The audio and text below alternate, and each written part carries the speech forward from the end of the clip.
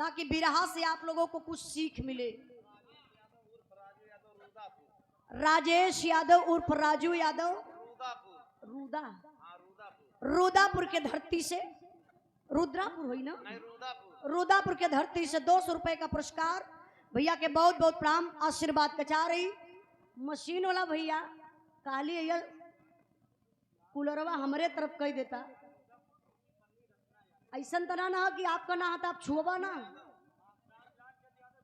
अरे कदा हवा लग जा। लाल चंद्र यादव क्षेत्र पंचायत सदस्य।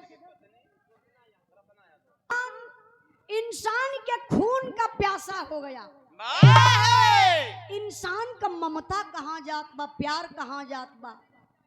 आप लोग सोशल मीडिया के माध्यम से देखत हुआ, जहां हो तो तहां केहू के गोली मार दिहल जात बा, गर्दन काट दिहल जाता, पेट फाड़ दिहल जाता, पैर काट दिहल जाता कि क्या हो रहा है। अरे यार जिंदगी से डरिए। अंतिम यादव प्रधान कुंवाडी के धरती से 100 रुपए का पुरस्कार। ए मानव तन मिला है तो कुछ तो नेक काम कर लीजिए, नहीं तो ऊपर जाने के बाद जब वो पति परमेश्वर, जब वो मालिक हिसाब लेंगे तो आपका वहां कुछ जुगाड़, कुछ सोर्स नहीं चलेगा। यहाँ केहू के मार देबा, नेता मंत्री विधायक से जुगाड़ लगाई के छूट जाइबा, फिर बहरे आए के घूमे लगबा, फिर केहू के मार देबा। लेकिन वहां गईले के बाद कौनो सोर्स पानी लगी ना। ए लिए आप लोगों से हम कहत बानी बाबू के अपने जिंदगी के लिए आप लोग कुछ अच्छा करिए। ई बिरहा सुनल जाई तो हमके ई विश्वास बा कि कुछ % तो लोगन में सुधार आई जाई। सिर्फ इस बिरहा को आप लोग दिल से सुनिएगा। कैसे मास्टर साहब?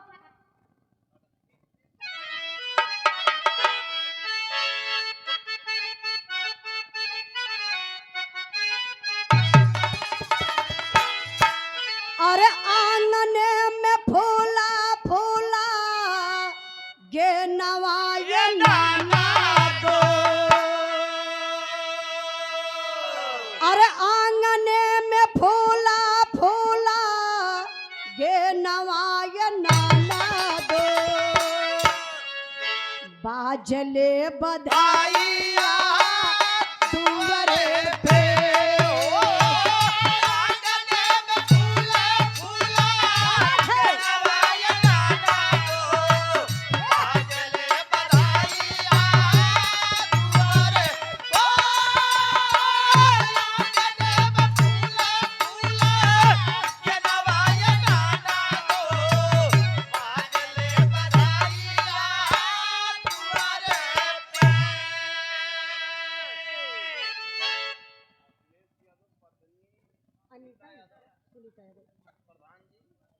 अखिलेश यादव पत्नी सुनीता यादव प्रधान नगर में निमंत्रण भेजवा के बड़े बड़े विद्वानों को बुला लेते हैं।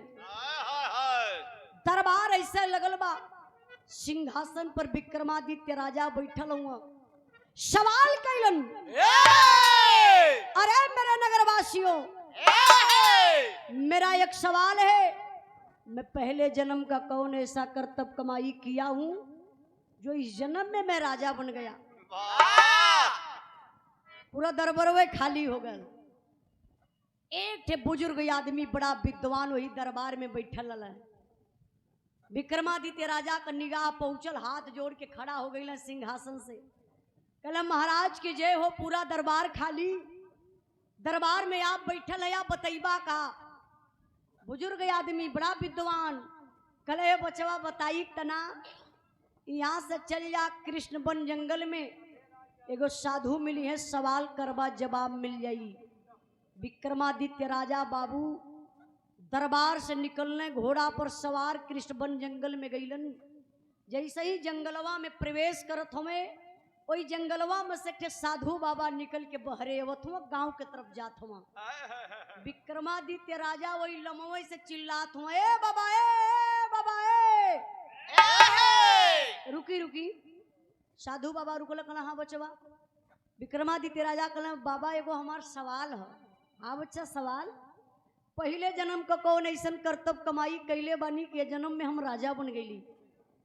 साधु बाबा कले ये बचवा हम बताई तना एक उपाय बताई, चल जाए यहाँ से छत्तीसगढ़ में।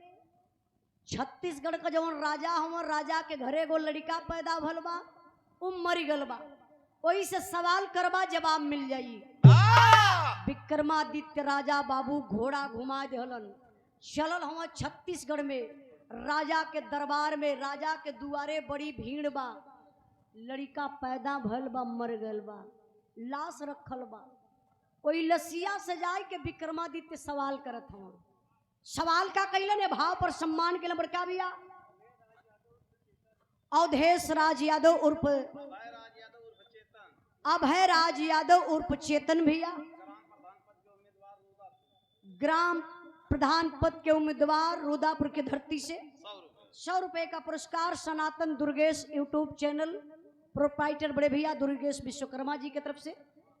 बारे भैया बड़ा ईमानदार यूट्यूबर हो भैया, जब से मन गावत है शुरू से अब तक इनकर लगातार पुरस्कार चलत हो। पैसा का कहना अपन जाहे वही लोग सब जुग जुगावत है, मालिक करे सबका चैनल अच्छे से चले, हम यह आशीर्वाद सबके देला मास्टर साहब। आई विक्रमादित्य राजा गईलन दुआरे, लाश रखल बा, वही लसिया से सवाल करत हूं का कैलन। अरे छत्तीसगढ़ जाई जाबा देख राजा ज्ञानी, अरे छत्तीसगढ़ जाई जाबा देख राजा ज्ञानी, लसिया धैला बा दुआरे पे।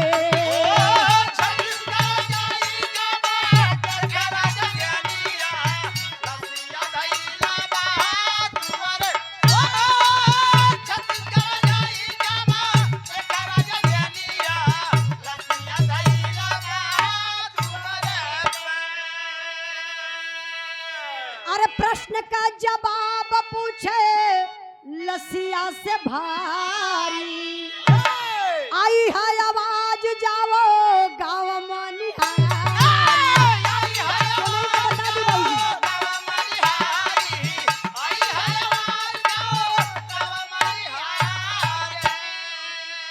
अरे भेदवा बतैहा हीरा धोबी का दुल्हनिया, लसिया धैला बा दुआरे पे।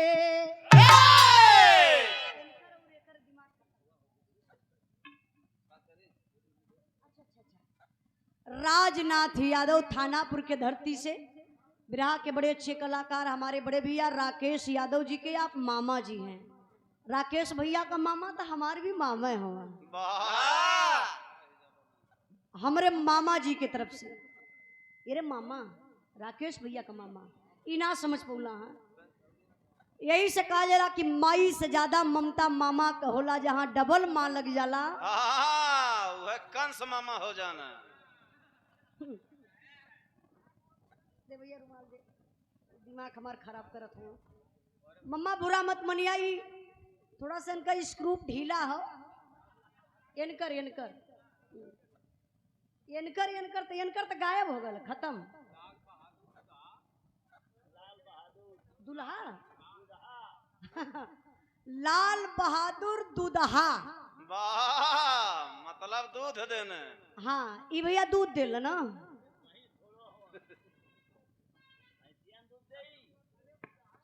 अरे दुदहा का मतलब लीटर से नाप के घरे घरे यह लोग पहुंचावल। बलटहरा, अच्छा हमान करी बलटहरा कहल जाला। दुदहा के तरफ से 100 रुपए का पुरस्कार, बहुत बहुत धन्यवाद। तनी बिरहा पर ध्यान दई। विक्रमादित्य राजा वही लसिया से सवाल कैलन तो लाश तो बोली ना, ना लाश कभी जिंदगी में बोलल बा, जे मर गल बोली कहाँ से। लेकिन एक आवाज आई, आकाशवाणी हुई, हम नहीं बताएंगे, आप यहाँ से चले जाइए मनिहारी गांव में एक हीरा नाम का धोबी, उनकर दुल्हन वही धोबी घाट पर कपड़ा धोवत मिली, सवाल करवा जवाब मिल जाई। विक्रमादित्य राजा तुरंत घोड़ा घुमौलन, गईले कहा वही मनिहारी गांव में धोबी घाट पर गईलन तो भैया धोबिनिया कपड़ा धोवत हिय। अब मने मन में गावत हिय, देखा मेहरारू ऐसन होबे करली, मेहरारू अक्सर काम करली तो गाय गाय के करली। एक जगह रोवन भैया, कहाँ बता दे तो बुरा लग जाए। नहीं तू बताई दा। मेहरारू हमेशा खुशहाल रहेली, सबका खाली लड़का हो खावत करो मैंने।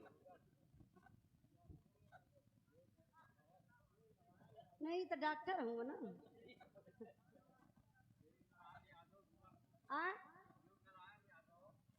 देव नारायण यादव रुदापुर के धरती से दूदहा जी के तरफ से आपोछा दूदहरा हम जगह कहा जला दूध वाला। अब फरियाई गल 100 रुपए का पुरस्कार देके आप सम्मान के लिए बाबूजी के बहुत बहुत प्रणाम। तनी आई बिरहा पर ध्यान दई। आप तनी से भैया कर गेन खोलिया तो ए भाई माइक वाला भैया हेलो, जब अपन नहीं ना सुनत हो तो के सुनी। तनी एकर गेन खोला ऊपर आलेगा। हेलो हेलो और आवाजिया खुले। हेलो बात पर ध्यान दई बाबू। अब विक्रमादित्य राजा गईलन वही धोबी घाट पे मनिहारी गांव में धोबिनिया कपड़ा धोवत बा तबले कराई तर्ज लगल मास्टर साहब।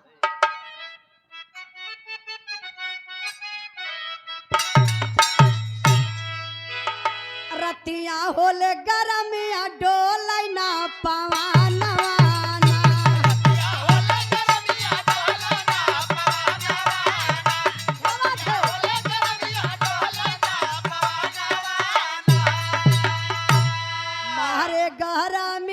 मारे सैया सुतल दुआरे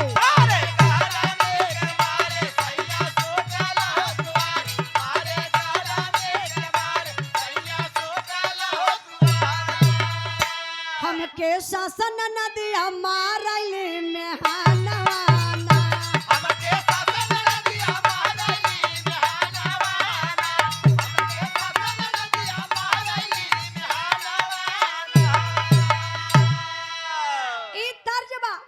लेकिन बिरहा पर ध्यान दई बाबू।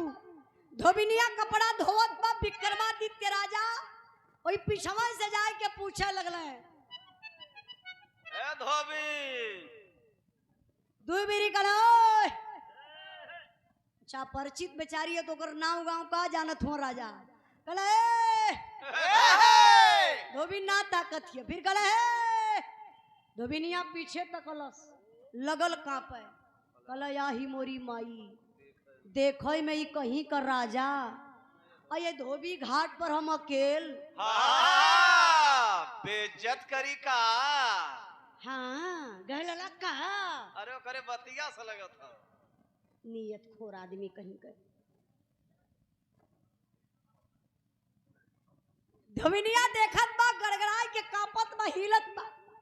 राजा कला डेरा मत हमारे को क्वेश्चन बा। धोबिनिया कल क्वेश्चन इतना दिन से कपड़ा धोवत इतना दिन बीत गल आज पहली बार एक कपड़ा का नाम सुनत हैला। धोबिनिया कलस का चाहिए। राजा फिर कल कि हमारे को क्वेश्चन बा आंसर चाहिए। तब समझ गई धोबी का एकर अंडर बियर ही मायल हो। ठीक ठीक ठीक हाँ हाँ बहु मिस्त्री समरी से बहु मिस्त्री समरी से डायरेक्ट यहाँ आ जाता हो। धोबिनिया समझ गई कोनो कपड़ा हो हम समझ ना पावत है जो नया पुरान सब कपड़ा लस्ता रहल लिया कोई धोबी घाट पर ऐसे लगल यार वार करे कहते कि ला यही में से छाट ला जवन हो तो निकाल ला। राजा कहले कि हमार कपड़ा ना बा एगो हमार सवाल है वही का जवाब चाहिए। तब धोबिनिया के सांस रुका राहत मिलल कि अच्छा सवाल का जवाब। राजा साहब आपका सवाल का है? कहला बस छोटा सा सवाल। हम पहले जन्म का कौन ऐसा कर्तव्य कमाई कैले बानी ए जन्म में राजा बन गईली। धोबिनिया तो बतावत ह जोन पुरान कपड़ा लस्ता रहा ई धोबी घाट पर ऐसे बिछा देलस। वाह कल सरकार यही पे बैठा अपने अगले जन्म का बात सुना। बतौलस का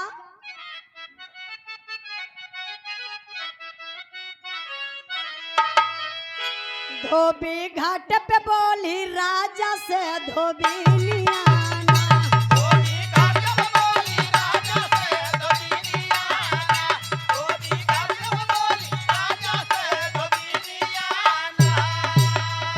सुनिला पूर्व जन्म का अपने तू कहानिया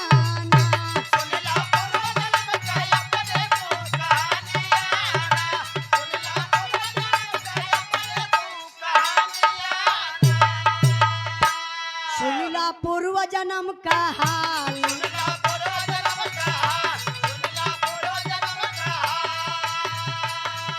रहला तू मुसहर का लाल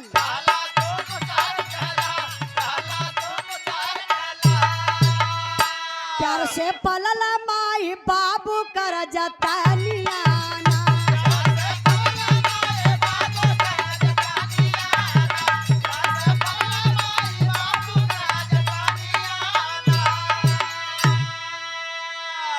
धोबिनिया कला सरकार पहिला वाला जन्म तोहर मुसहर कर रहल यही से समय तना करिया हो गल कहा मुसहर का लइका। धोबिनिया कला हाँ सरकार सुना तोहर माई तोहर बाबू तोहर एगो भाई एगो बहिन इहे तोहर परिवार रहल। राजा सोचे लगल कि अरे हम अली अपने जन्म का बात पूछे आई धोबिनिया पूरे परिवार के बारे में जानत हो। राजा इत्मीनान से बैठ गई। धोबिनिया कल इतने ना सरकार तू राजा बन गईला तोहरे परिवार का किस्मत बिगड़ गई। अब राजा और सोचे लगल कहला कि अरे ये हमरे पूरे परिवार का बायोडाटा लेके धोबिन बैठल बा। अब और इत्मीनान से बैठ गया राजा कहला आज पूरी बात पूरे परिवार के बारे में जान लेब तब यहाँ से उठ के जाई। धोबिनिया कला सरकार एक बार का बात बा मास्टर साहब यही जक लाइन तर्ज लगल हो।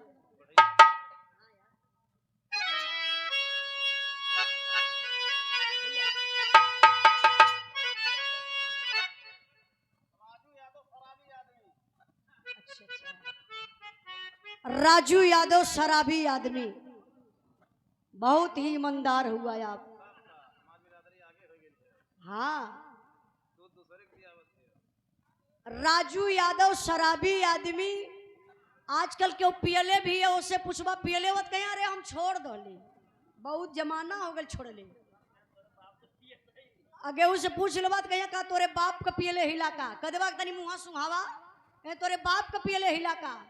लेकिन राजू भैया एकदम ईमानदार आदमी हुआ। शराबी आदमी एकदम इनकी नियर दिल के साफ होला।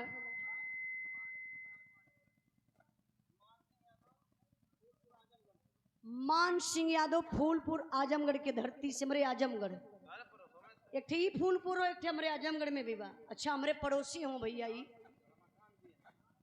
जहाँ के शेरे पूर्वांचल रमाकांत यादव जी आप वहीं से हैं। बहुत बहुत भैया के प्रणाम। 200 रुपए का पुरस्कार दे के सम्मान केलन। हम अजमगढ़ कहिला इसे बोली भाषा से जान गल होगा तार जी।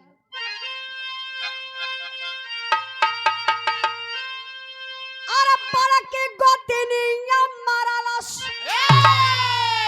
अरे बड़ा के गोतिनिया मारलस नवा का बतिया पतिया रोई रोई ना पतिया रोई रोई ना लिखवावा राजा मतिया पतिया रोई रोई ना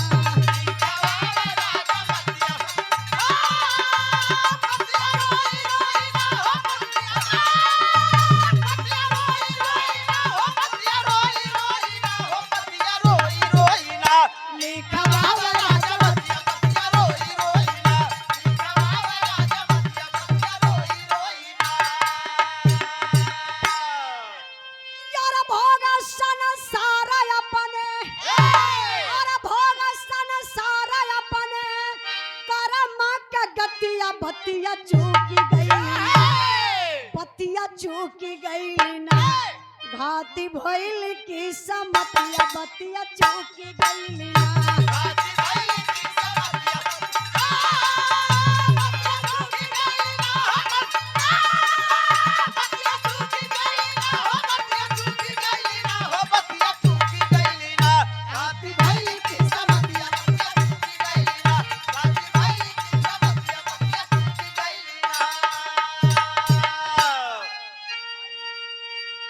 माई कहे से मांग लाई थोड़ा आनवा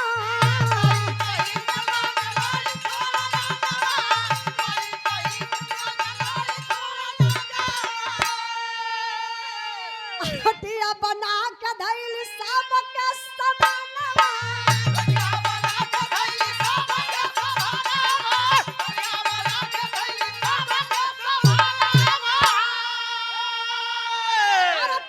भिखारी दुआरे आ गईला संगतिया बतिया चूकी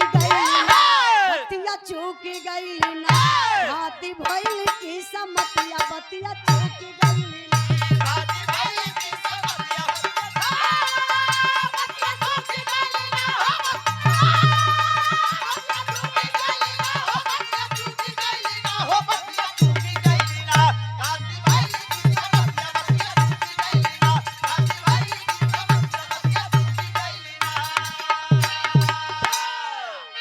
धोबिनिया कला सरकार एक बार राज में सूखा पड़ गल तबाही मच गई भूखन प्यासन जीव जंत सब परेशान हो गल तोहार माई कहीं बड़ा दूर गईली थोड़ा से अनाज लेके अली पीस पोई के रोटी बना देहली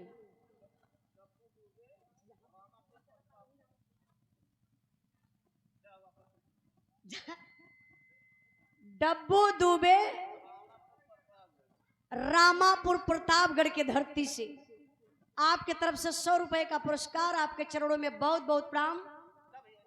हाँ यही लगले बोलवा ला भैया।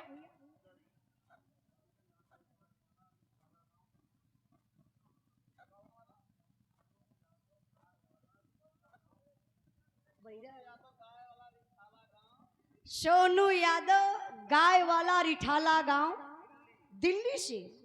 अच्छा अच्छा बहुत बहुत भैया के प्रणाम। दिल्ली वाले दिल्ली का गाड़ी बड़ा फेमस है ना भैया। अबे पहन के लौड़ी किधर जा रहा है ऐसा मैकवा में बोलवा सब सुन ली ना धीरे से मुड़िया फेर के कह दा समझ चाहिए भैया अपने के मत समझिया। दिल्ली में अगर प्रेमों से बोला ना उनके हर शब्द में गाली जरूर रही। बहन वाले ना भैया दिल्ली से वो भैया के पता हुई। एक बार हमार गली दिल्ली में प्रोग्राम करे बदे तो हमारे मास्टर साहब बड़ा ढेर छटकत रहा है का तो उजाला रुका रुका हुआ ऑटो वाला बा तनी हम जाला अटुआ से पूछी ला कि अटुआ वाला जाई का। मास्टर साहब जाके तो रुको रुको भाई जहांगीरगंज चलोगे तो वो जहांगीरपुरी हो आई जहांगीरगंज पूछा था ऑटो वाला निकलस मुड़ी गलत ऑटो वाला मुड़ी निकाल के 10 गाड़ी इनके देहलस कहला तुझे पता नहीं है ये जहांगीरगंज नहीं जहांगीरपुरी है। तो देखा दिल्ली के हर शब्द में गाली बड़ा प्यार लगल मास्टर साहब। आई तरी विराह पर ध्यान दे वार का बात छोड़ी।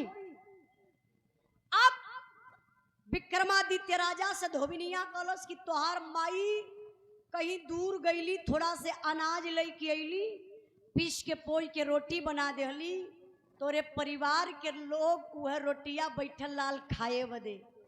इतने में तो पूरे परिवार के तोहरे किस्मतिये बिगड़ गई। किस्मत कैसे बिगड़ल मास्टर साहब।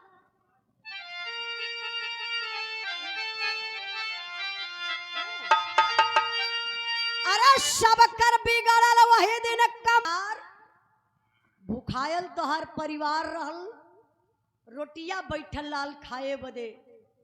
ये तने में एक ठे भिखारी दुआरे आए गल कलश अलख निरंजन मालिक दरबार से कुछ मिले।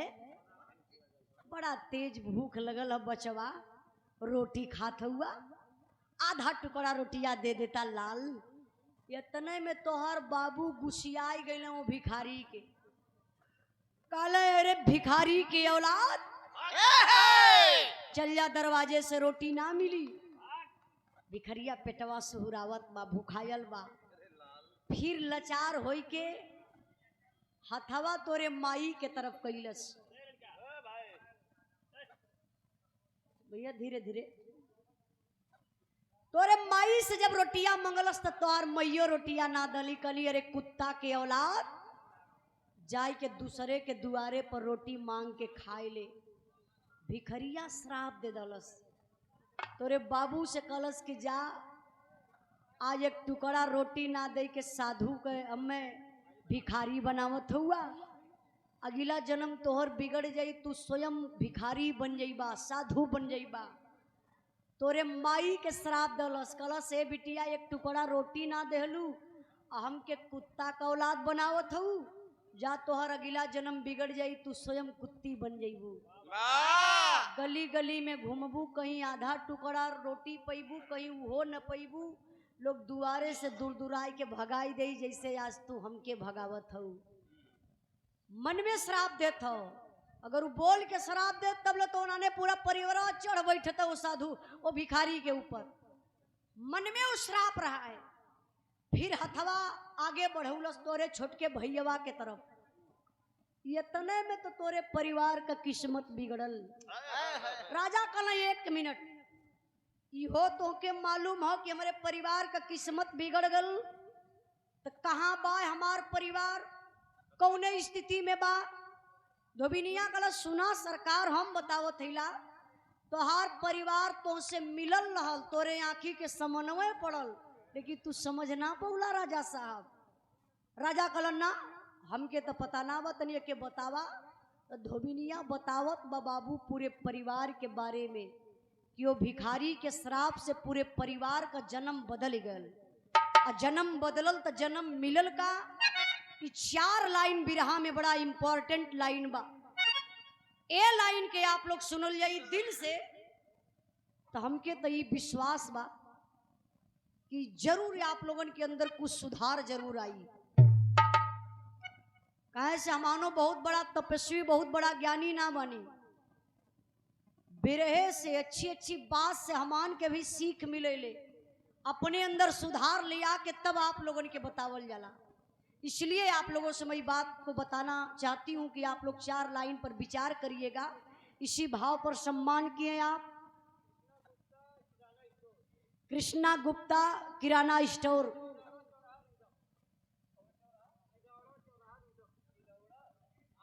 चिडौड़ा चौराहा, रुदापुर के दानी से 50 रुपए का पुरस्कार, बहुत बहुत धन्यवाद। तनी आई हाई 4 लाइन बतौली ना कि आप लोग दिल और दिमाग से सुनल जाइए का मास्टर साहब। अब चला 4 मिनट 5 मिनट तो सहरा आओ तो करिए।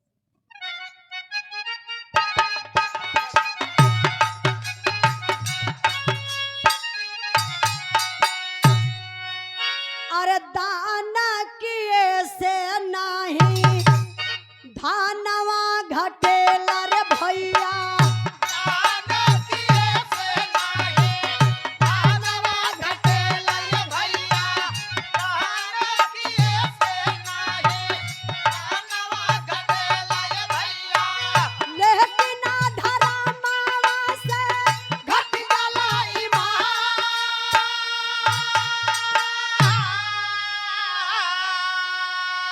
धोबिनिया कला सरकार, दान किए से नहीं धनवा घटेला, लेकिन धर्मवा से घट जाला ईमान। वाह बारे कवि जी, कितनी बढ़िया लाइन बा। दान करते रहिए, आपका धन नहीं घटेगा। एक तरफ से दान करेंगे, मालिक कहीं से ना कहीं से आपको दे देंगे, लेकिन किसी के प्रति आप गलत सोच लिए तो समझ लीजिए कि आपके ऊपर पड़ेगा जरूर। कहा जाता कि पाप करने वाला ही पापी नहीं।